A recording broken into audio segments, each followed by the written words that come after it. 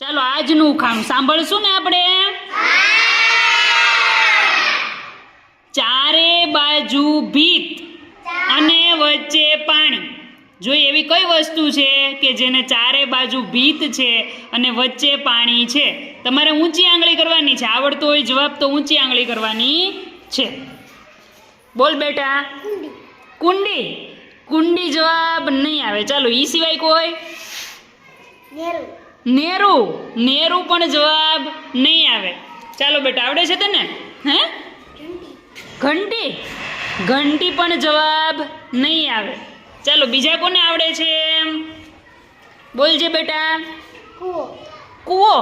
કૂવો જવાબ નહીં આવે. કૂવામાં હોય ચારે બાજુ ભીત અને વચ્ચે પાણી. ચાલો પછી છે કોઈ? પૂર્વાબેન બોલો. લાદી. લાદી નહીં આવે. ચાલો કાલે વિચારીને આવજો હો.